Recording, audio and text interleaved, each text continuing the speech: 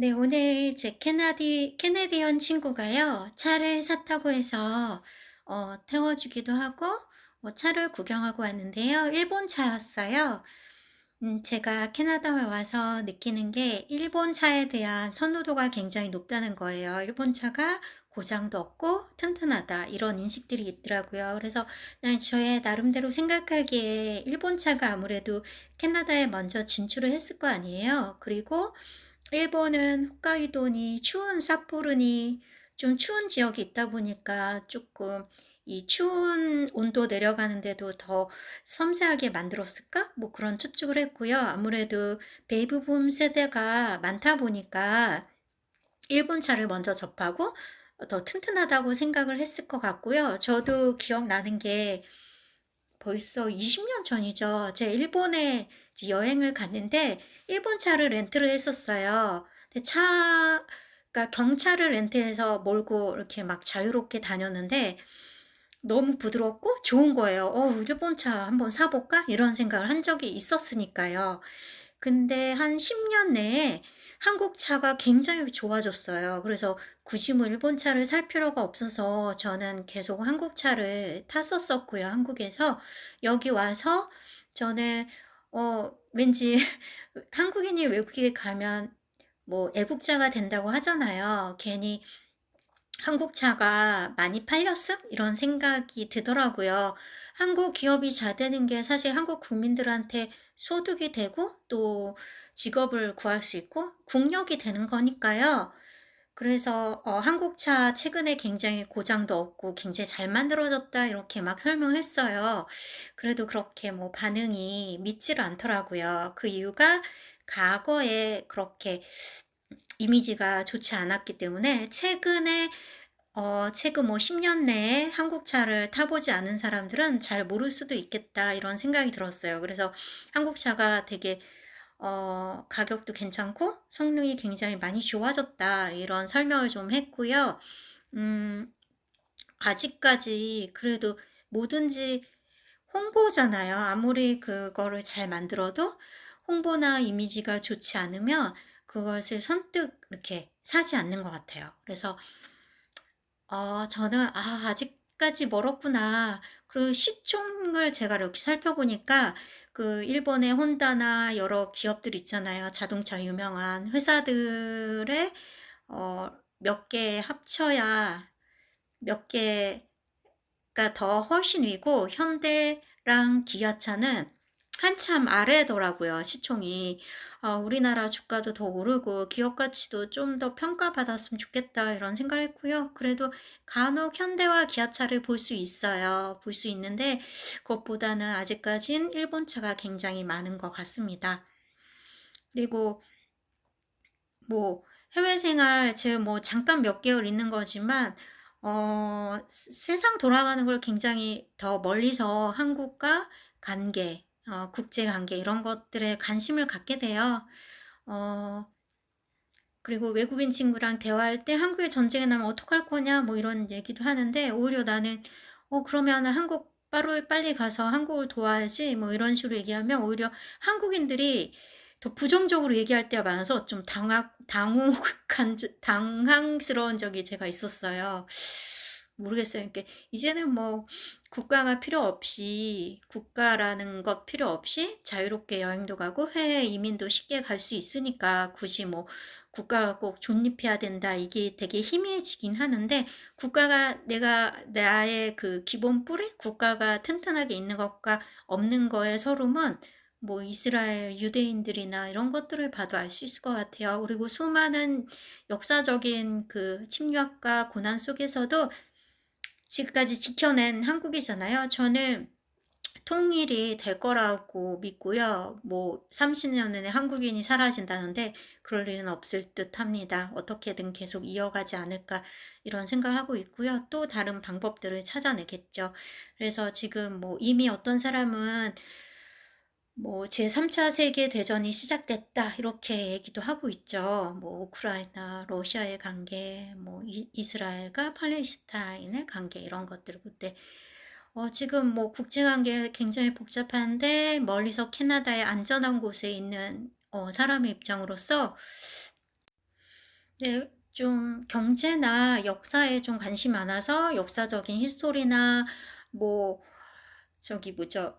예, 러시아의 관계 이런 거를 보면서 느끼는 게 흔히 뭐 박정희 대통령에 대해서 전에 뭐 그 영웅이라 하면은 전 국민이 막 공격하는 그런 느낌이 있었잖아요, 특히 젊은 세대들한테. 근데 공부하고 알아보면 알수록 박정희 대통령이 우리나라를 위해서 한 그런 노력이나 너무 많은 그 국가를 위해서 그 당시에 정말 필요한 인물이었다는 생각이 들어요. 물론 뭐 어두운 명함도 있지만 어쨌든 러시아와의 관계도 같은 경우 삼성이나 현대나 지금 씨앗을 굉장히 많이 뿌려놨는데 정치적인 이유로 중단된 상태잖아요.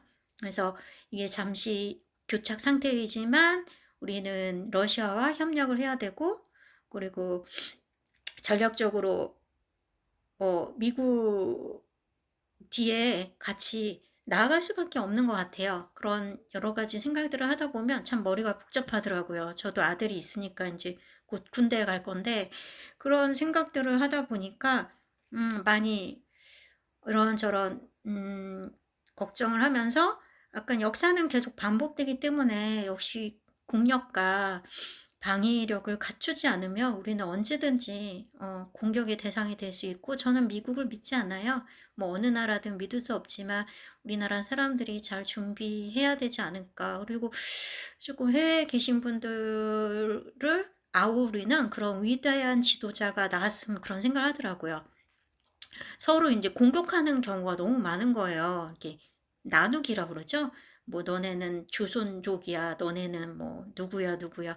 그런 게 아니라 한국말을 쓰는 사람들이 다 같이 한국을 사랑하고 뭉칠 수 있게 아우르는 그런 대통령이 나왔으면 좋겠다. 뭐 이런 잡다한 생각을 오늘 좀 많이 했네요. 많이 했고, 그냥 개인적인 생각은요. 저도 중요한 결정을 할 때는 인간은 누구나 죽고 시간은 되돌릴 수 없는데 그걸 너무 망각하고 살아요. 평생 살 것처럼 어 이 시간을 너무 많이 낭비하는 그런 생각을 많이 해서 중요한 결정을 할 때는 '내가 남은 삶이 3 년밖에 없다면 어떤 선택을 할 것인가.' 이렇게 많이 선택을 많이 하거든요. 뭐 캐나다에서 뭐 좋은 사람들을 만날 수도 있고 뭐 퍼머넌트 비자나 뭐 시티즌이나 이런 걸 할 수 있고 뭐 직업을 구할 수도 있고 방법은 있을 것 같아요. 전 좀 성격이 그래도 사교적이고 외국인 친구들도 이미 좀 많이 만들었어요. 근데 제가 이제 그 중요한 결정할 때 한 3 년을 바라보기 때문에 지금은 저는 인생에서 그래도 부모로서의 책임은 아이가 20살 때까지는 그래도 아이들한테 집중해서 돌보고 싶어요. 상관없을 수도 있지만 저는 그렇게 생각해서 지금 그래도 내년까지는 제 삶의 최우선순위는 아이들한테 좀 더 집중하고 하고 날 좀 희생하면 어때요? 그것도 뭐 평생 뭐 우선순위로 나를 희생하면서 아이만 바라보는 거 아니니까 지금까지 뭐 30대 뭐 10 년, 40 대도 지금 이제 뭐 많이 보냈는데 어 예.